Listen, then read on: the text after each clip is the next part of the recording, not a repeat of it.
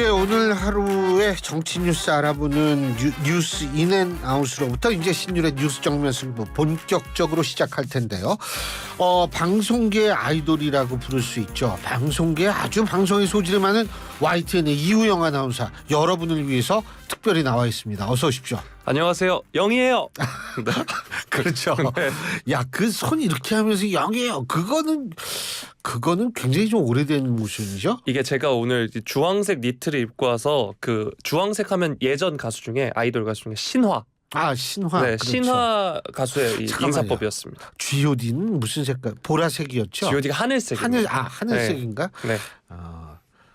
뭐 보라색이나 하늘색이나 큰 차이는 없어요. 그러니까 그냥 보라색인가? 그러면 예 맞습니다. 이렇게 넘어가는 게 또 네. 우리가 사회생활하는 데 중요한 지혜라고 얘기할 수가 있죠. 사석이라면 그랬겠지만 저희는 또 이제 보도 이제 보도 전문지니까. 그러다 보니까 이제 네, 대한민국 유일한 시사 보도 채널입니다. 정말 지상파는 YTN 라디오밖에 없어요. 네.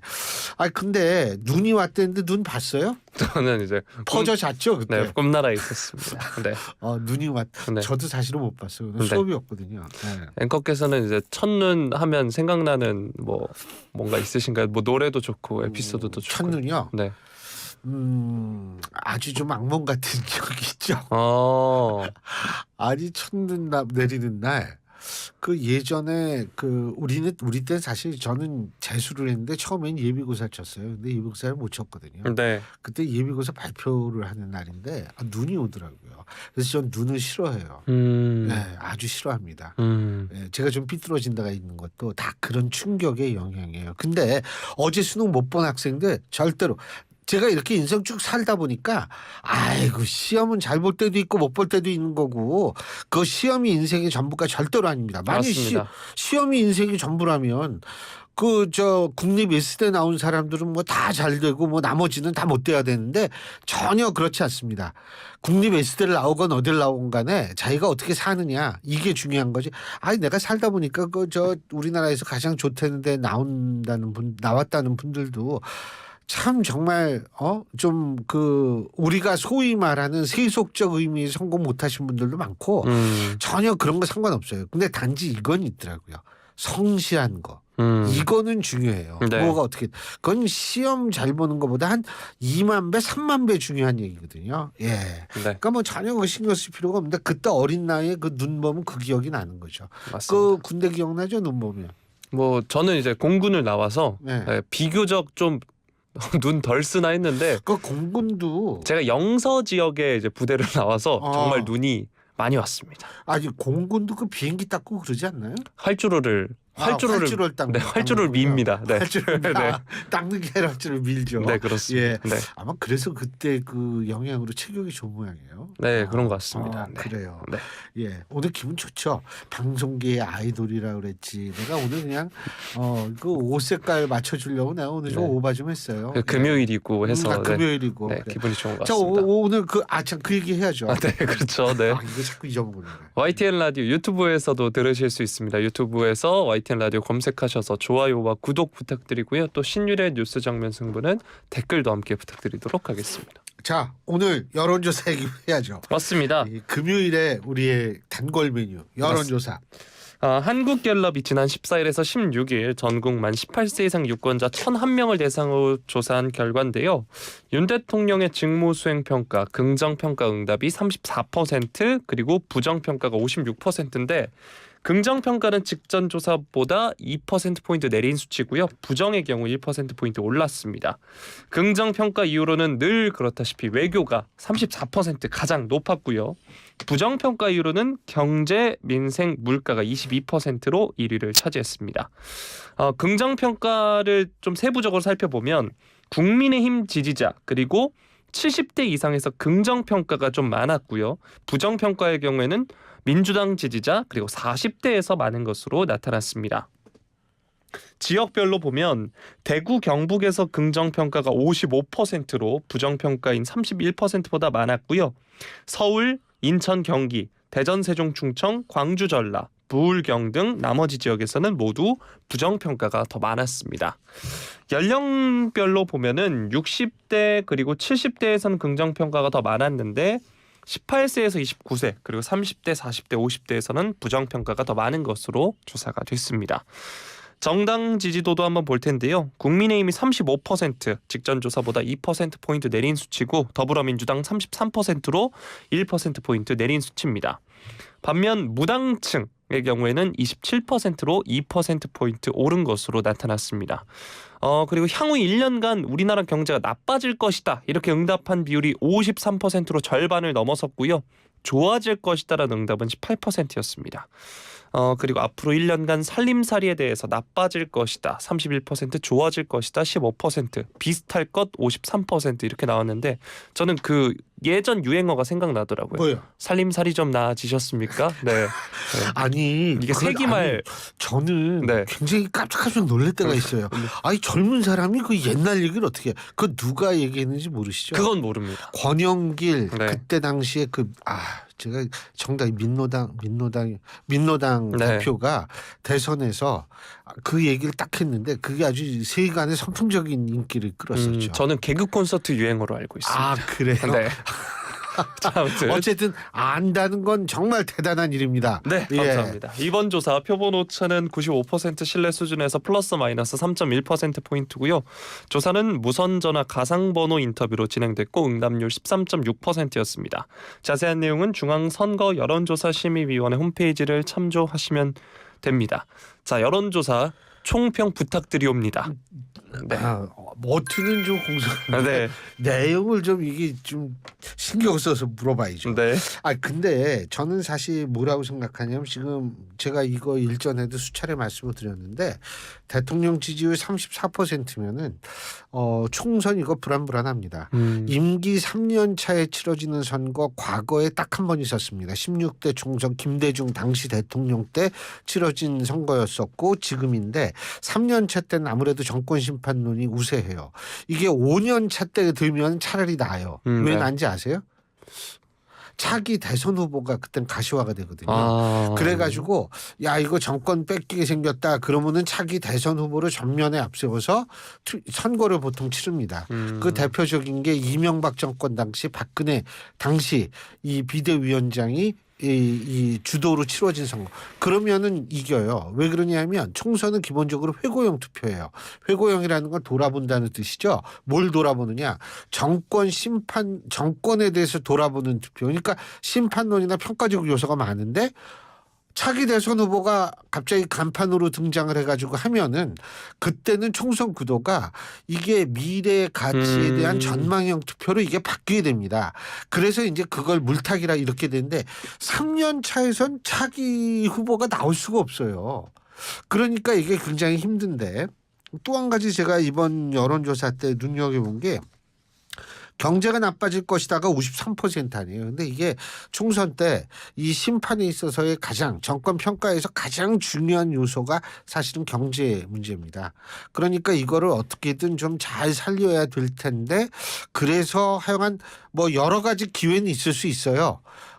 그러니까 이제 좀 두고 봐야겠죠. 근데 이제 뭐 하여간 여러 가지 변수가 있어요. 좀 말하기는 좀 뭐합니다만 내가 며칠인지 정확히 모르겠는데 좀 있으면은 그 부산 엑스포 엑스포 개최지를 발표하거든요. 네. 근데 우리가 이제 부산에 28일이라고 지금 신동준 PD님 말씀해 주셨는데 이게 이제 그때 발표를 하게 돼서 만약 우리가 저걸 한다면 그때는 그 기분이 좀 붐업되기 때문에 좀 이게 돈도 돌고 이럴 가능성이 있는데 한번 지켜봐야죠. 근데 제가 알기로는 역대의 쭉 봤을 때 월드컵 개최지도 되고 엑스포 개최지도 이런 경우가 없었어요. 근데 사우디가 2034년인가 월드컵 가져갔죠.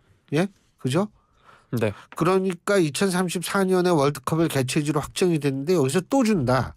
예? 이거는 몰아주는 건데 아예 몰아주기 자꾸 하면 안 되죠.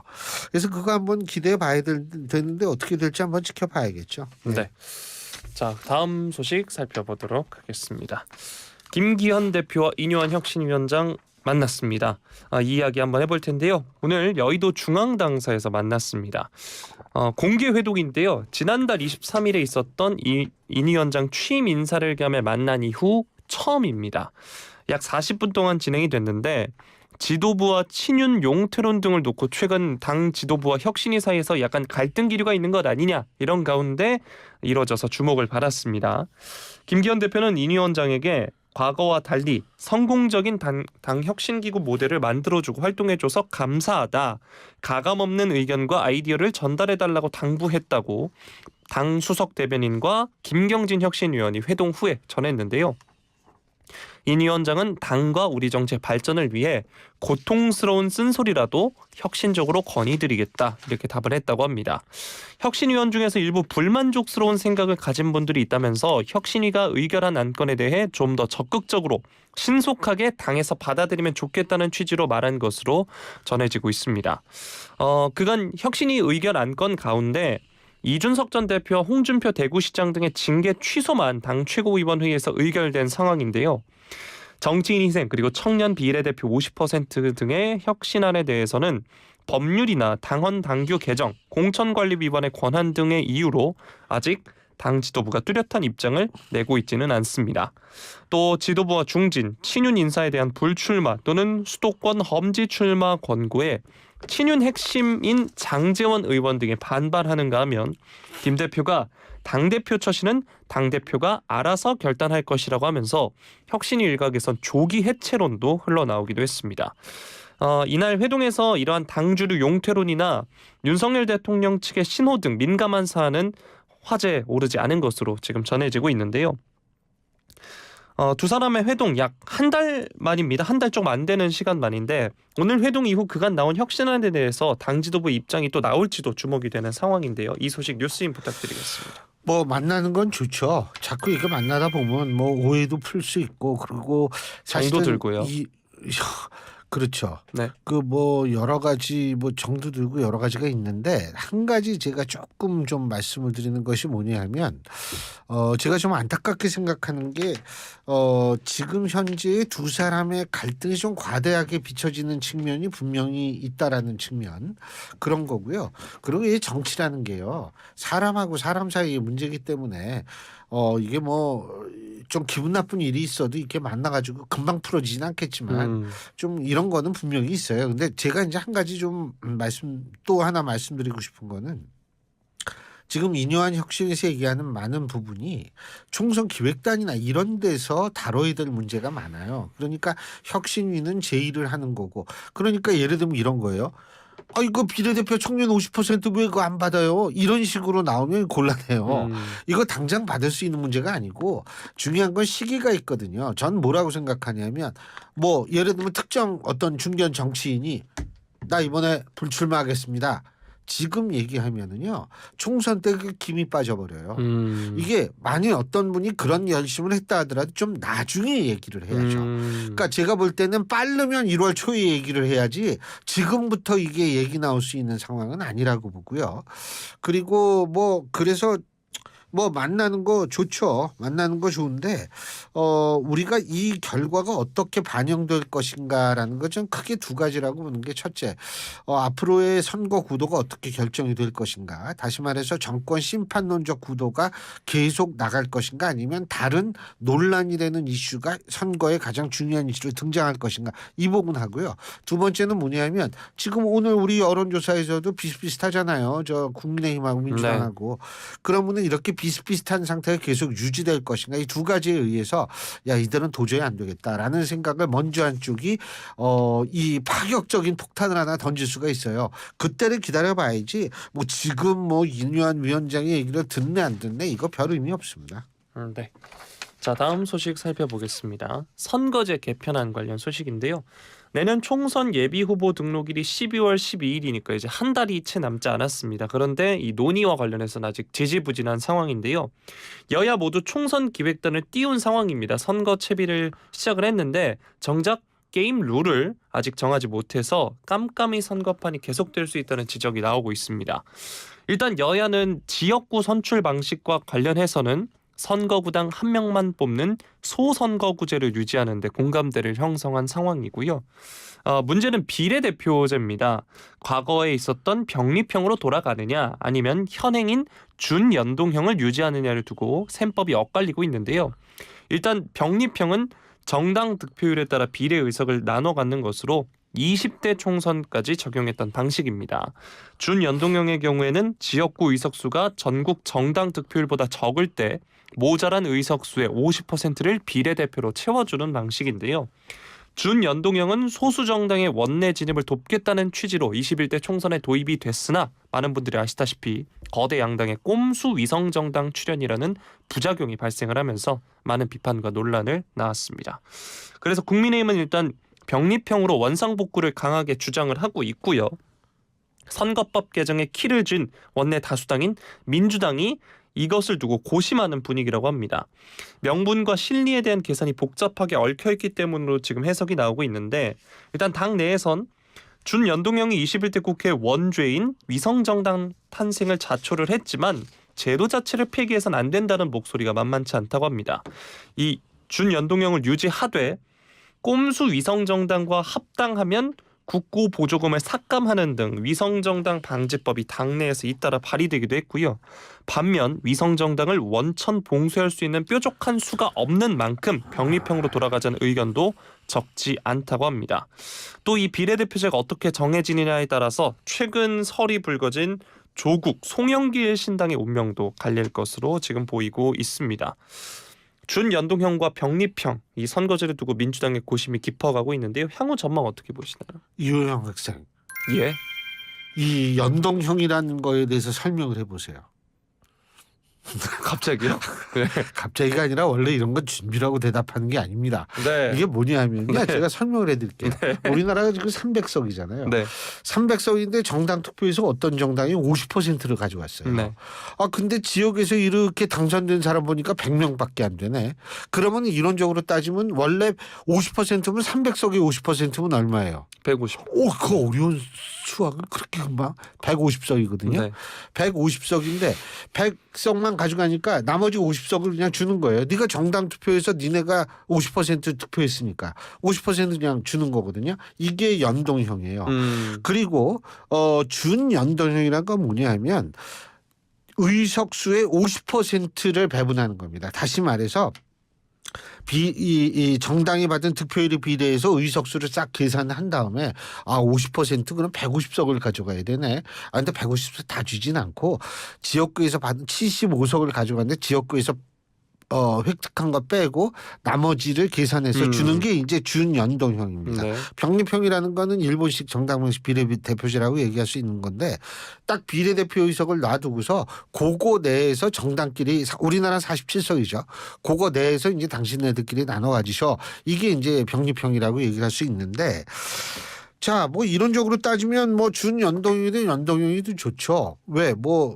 이 소수 정당이 뭐 진입할 수 있다. 그렇죠. 사표가 죽는다. 근데 저는 여기에 대해서 좀 묻고 싶은 게 있어요.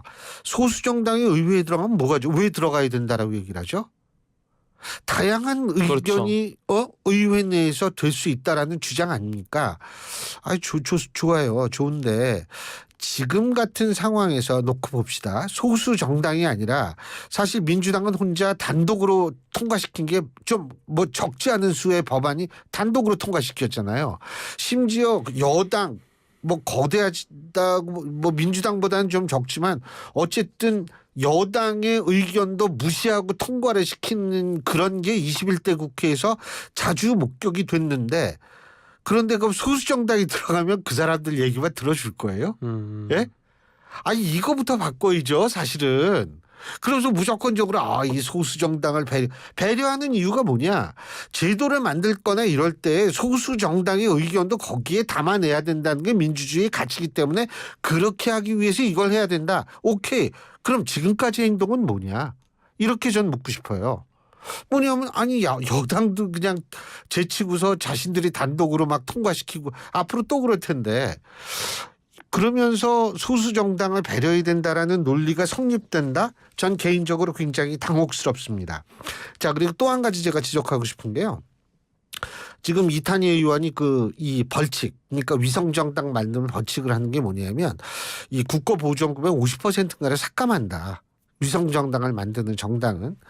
그런데 이게 효과가 있을까요? 저는 효과 없다고 봐요. 그 사례가 있어요. 프랑스에. 파리떼법이라고 아마 여러분 처음 들어보실 텐데 파리떼가 동수라는 뜻이거든요. 근데 이 파리떼라는 건 뭐냐면 여성 남성을 동수로 공천을 하라는 법이었어요. 그래가지고 그게 이제 사회당에서 프랑스 미트랑 대통령 때 그게 만든 건데 그래가지고서 동수로 공천이야. 공천 안 하면 벌금 때린다 이렇게 했거든요. 그런데 막상 하원 선거가 되니까 예? 그냥 벌금 맞고 그걸 안 지키는 사회당마저도 안 지켰어요. 이 얘기는 결국 뭐냐면 정당은 아무리 벌금을 많이 때린다 하더라도 정당이 우선적인 건 의석수를 많이 확보하는 거기 때문에 그냥 벌금 내고 말지 뭐 이렇게 생각할 거예요 분명히. 프랑스가 그랬거든요. 그게 유명무실한 법이 됐어요. 그러니까 그것도 별로 저는 의미가 없을 것 같고 그렇게 소수 정당 목매일 거면은 이번 기회에 권력 구조 좀 개편 논의해야 돼요. 이게요 대통령제는 대부분 양당제입니다. 왜냐하면 유력 대선 후보가 없는 정당은 사람들이 총선에서도 사표 방지 심리가 발동을 해요. 그렇기 때문에 만일 정말 그렇게 소수 정당의 목소리에 목매한다면 내각제로의 권력 구조 전환을 진지하게 논의해봐야 돼요. 이렇게 해봤자 별 의미 없습니다. 이상입니다. 네. 자, 다음 소식 살펴보겠습니다. 더불어민주당 이재명 대표가 오늘 윤석열 대통령께서도 소상공인이 은행에 종노릇을 하고 있다는 표현까지 해가면서 은행권의 고금리 이익을 질타했다. 이 점을 언급을 하면서 이제 말이 아니라 행동으로 횡재세 도입을 할 수 있도록 협력해 주시길 부탁드린다. 이렇게 말을 했습니다. 민주당은 고금리로 엄청난 특별한 예상하지 못한 이익을 거둔 금융기관들 그리고 고에너지 가격에 많은 이익을 거둔 정유사 등에 대해서 횡재세를 부과하는 입법을 추진하고 있다. 국민도 70% 이상이 횡재세 도입을 찬성하고 있다라고 강조를 했고요. 영국의 예시를 들으면서 에너지 부담금을 통해 영업이익의 35%를 횡재세로 부과하고 있다. 우리만 하는 일인 아니라는 말씀이다라고 지적을 했습니다. 이에 대해서 국민의힘 윤재욱 원내대표는 정부 여당은 은행의 초과이익 문제에 대해 시장 경제 원리에 맞는 방향으로 적절한 대책을 마련하겠다라고 밝혔습니다. 우리나라 은행들이 과점 지위를 누리면서 세계적 고금리 추세 속에 높은 예대금리 차를 이용해 손쉽게 엄청난 수익을 올리고 돈잔치를 벌인다는 비판이 거세게 일고 있다면서 이같이 말한 건데요. 이 횡재세를 물리겠다는 법안에 대해선 내년 총선을 겨냥한 포퓰리즘 법안이다라고 반대를 했고요. 이에 대해선 신중히 다뤄야 한다라고 이야기를 했습니다. 횡재세와 관련해서 여야 입장이 좀 갈리고 있는데요. 횡재세 도입과 관련해서 뉴스인 부탁드리겠습니다. 일단 제가 말씀드리고 싶은 거는 뭐냐면 지금 금융업계에 횡재세를 물리겠다는 거죠. 근데 외국 같은 사례에서는 보통 에너지 업종에 물리지 은행에 물리는 경우는 저는 거의 없는 걸로 알고 있어요. 그런데 이게 어쨌든 지금은 이제 은행을 중심으로 얘기를 하지만 이거 해가지고 좀 괜찮네 그러면은 이제 이게 다른 호황 업종에 이게 니들도 돈 많이 벌었으니까 더 내라 이거거든요. 간단히 얘기를 한다면 그러면은 사실은 기업들이 존재하는 이유는 이윤을 극대화하기 위해서 존재하는 거 아니겠어요? 그러니까 예를 들면 기술 개발도 하고 비용도 절감하고 막 혁신도 하고 이렇게 하는 거 이렇게 되는 건데 중요한 건 이렇게 해서 니네 이윤 많이 했으니까 돈 더 내야지라고 하게 되면 실제적으로 그런 이유가 없어져 버려요. 이 이윤을 극대화할 이유가 없어져 버리면 이거는 우리나라 경제 성장에 굉장히 악영향을 미칠 수밖에 없다라는 생각이 들고요. 이거는 다른 말로 하면 경제 성장의 악영향에다가 실제로 은행도 지금 경쟁 체제 아니에요. 외국 은행은 경쟁력이 떨어뜨릴 수밖에 없어요. 이건 종합적으로 마이너스라는 생각이 들고요. 또 하나는 뭐냐면 지금 우리나라에 외국계 은행 많이 좀 들어와 있죠. 네. 외국계 은행이 짐 싸고 나갈 가능성이 굉장히 높습니다. 이렇게 왜냐하면 우리나라 지금 이런 식으로 해가지고 좀 이익 많이 나면은 이거 돈 많이 벌었으니까 돈 내라 이런 식으로 하면 수익 창출 어렵다 그러면 당연히 짐 싸고 나가죠. 이렇게 되면 또 한 가지는 문제는 뭐냐면 돈 많이 벌었으니까 돈 많이 내라. 그러면 원래 그 돈은 이론적으로 따지면 누구한테 돌아가야 되냐 하면 그게 은행이든 어디든 주주한테 돌아가야 되거든요. 근데 주주들한테 줄 돈이 많이 줄 수밖에 없는 거죠. 줄어들 수밖에 없는 거죠. 그러면 결국 주주의 이익 침해가 일어날 수밖에 없고 이것이 조금 좀 우리가 확대 해석한다면 배임 논란으로 전이될 가능성이 있어요. 그래서 이게 실제적으로 저는 어떤 생각이 드냐면 이 횡재세라는 거는 여러 가지 측면에서 굉장히 조심해야 될 거예요. 주식시장이라는 거 이런 건 자본주의 여부에서 가장 중요한 요소인데 여기에서 손해를 주고 경쟁력도 떨어뜨리고 경제성장에 악영향을 주는 거면 그러고 한 가지만 제가 더 말씀드리자면 사실은 횡재세라고 얘기를 했을 때 이것은 자본가와 일반 서민들의 딱 이분법적으로 나누는 거거든요. 이런 접근은 전 굉장히 안 좋다고 봅니다. 이게 뭐 화합하자는 얘기 아니에요. 우리가 사는 세상이 화합은 아니에요. 하지만 상대가 잘 돼야지 나도 잘 된다라는 생각을 좀 가져야 되는 건데 이분법적 구도로 접근하게 버리면 사안이 잘못 보일 수가 있어요. 여러 가지로 좀 조심해야 될 거라고 봅니다. 네. 자, 다음 소식. 네. 정부와 국민의힘이 연내에 개식용 종식을 위한 특별법 제정을 추진하기로 했습니다. 이 특별법이 제정이 되면 식용 개 사육, 도살, 유통, 판매가 금지가 되고요. 다만 식당 폐업 기간 등을 고려해서 3년의 유예 기간을 두고 2027년부터 단속에 들어갈 계획이라고 합니다. 오늘 국회에서 유이동 국민의힘 정책위의장이 개 식용 종식 및 동물 의료 개선 종합대책 민당 협의회를 마친 뒤에 브리핑을 통해서 이런 내용을 밝혔는데요. 정부 집계에 따르면 현재 식용 목적으로 개를 사육하는 농가가 1,150여 개, 도축업체 34개, 유통업체 219개, 식당 1,600여 개라고 합니다. 이 특별법 제정으로 전업이나 폐업이 불가피한 농가, 도축, 유통업체, 식당에 대해서 지원에 나서겠다는 방침인데 축산 원예업 전업을 위한 시설 운영비 지원 등도 현재 거론이 되고 있습니다.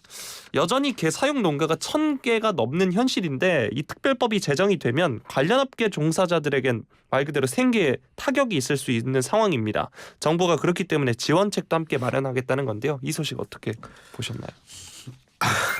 이거 제가 객관적으로 말씀드리기 되게 힘든 입장입니다. 반려인이시다 보니까. 네. 근데 이제 첫째로 뭐냐면 뭐 식용개가 따로 있다 이런 논리는 전 전혀 받아들일 수가 없습니다. 네. 왜 그러냐면 저는 제가 집에서 키우는 거 길고양이들이에요. 그렇게 얘기를 한다면 길고양이들은 원래 길에서 태어난 애들이니까 얘들은 별 의미가 없고 집에서 키운 이제 품종묘들은 귀중하고 이거는 아니거든요. 모든 고양이 모든 개들은 전 다 똑같다고 생각하는 사람이에요. 그래서 식용견이 따로 키우니까 우린 문제가 없다라는 논리에는 저는 동의할 수가 없다라는 점을 말씀을 드리고요.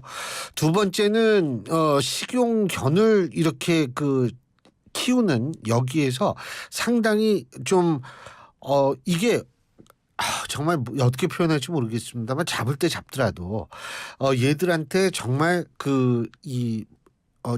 최소한도의 생명권을 존중하는 입장에서 키워지고 이렇게 좀 생명을 그렇게 앗아가는 이래도 좀 그런데 굉장히 열악하고요. 굉장히 그런 경우가 많거든요. 그러니까 그것도 굉장히 저는 사실 문제라고 생각하고요. 그리고 우리가 아무리 문화라고 칩시다. 아무리 문화라고 하더라도 사실은 지금 글로벌라이제이션이라고 얘기하는 세계화라는 게 뭐 딴 게 아니거든요. 우리만이 갖고 있는 문화 그것도 자랑한 문화는 될 수 있겠지만 어느 정도 세계의 보편적인 가치와 함께 가는 것도 중요하거든요. 근데 지금 우리가 개를 먹는 것이 과연 세계의 보편적 가치에 부합하냐라고 물어봤을 때 저는 쉽게 그렇다라고 대답할 수는 없다고 생각합니다. 그렇기 때문에 뭐 이런 거고요. 이 정부의 지원이라는 건 업종 전환을 유도하기 위한 금융 지원책 같은 것들일 겁니다. 언제까지 우리가 이렇게 살 수는 없습니다. 그렇기 때문에 저는 지원을 받으시고 고민을 하셔서 더 좋은 좀 업종으로 전환을 하셨으면 좋겠다는 생각을 합니다. 아유 참 오늘 여기까지 하죠. 네. 수고하셨습니다. 고맙습니다. 고맙습니다. YTN의 이우영 아나운서였습니다.